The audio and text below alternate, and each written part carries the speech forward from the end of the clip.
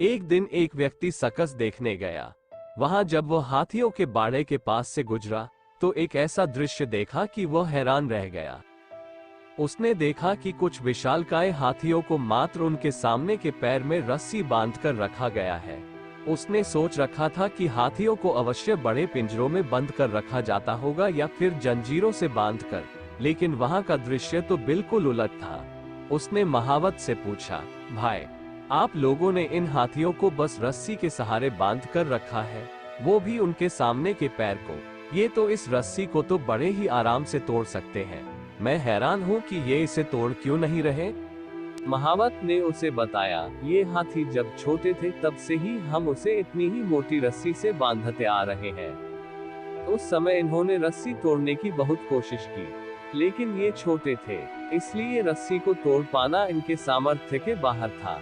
वे रस्सी तोड़ नहीं पाए और ये मान लिया कि रस्सी इतनी मजबूत है कि वे उसे नहीं तोड़ सकते। आज भी इनकी वही सोच बरकरार है। इन्हें आज भी लगता है कि ये रस्सी नहीं तोड़ पाएंगे, इसलिए ये प्रयास भी नहीं करते। ये सुनकर वह व्यक्ति अवाक रह गया। सीख, दोस्तों, उन हाथियों की तरह हम भी अपने जीवन में नकारात्मक सोच रूपी रस्सी से बंध जाते हैं। जीवन में किसी काम में प्राप्त हुई असफलता को हम मस्तिष्क में बिठा लेते हैं और यकीन करने लगते हैं कि एक बार किसी काम में असफल होने के बाद उसमें कभी सफलता प्राप्त नहीं होगी। इस नकारात्मक सोच के कारण हम कभी प्रयास ही नहीं करते। आवश्यकता है इस नकारात्मक सोच से बाहर निकलने की, उन कमियों को पहचानकर दूर करने की जो हमारी असफलता का कारण बनी।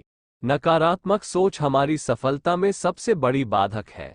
इसलिए नकारात्मक सोच रूपी जंजीर को तोड़कर सकारात्मक सोच को अपनाएं और जीवन में प्रयास करना कभी न छोड़ें, क्योंकि प्रयास करना सफलता की दिशा में कदम बढ़ाना है।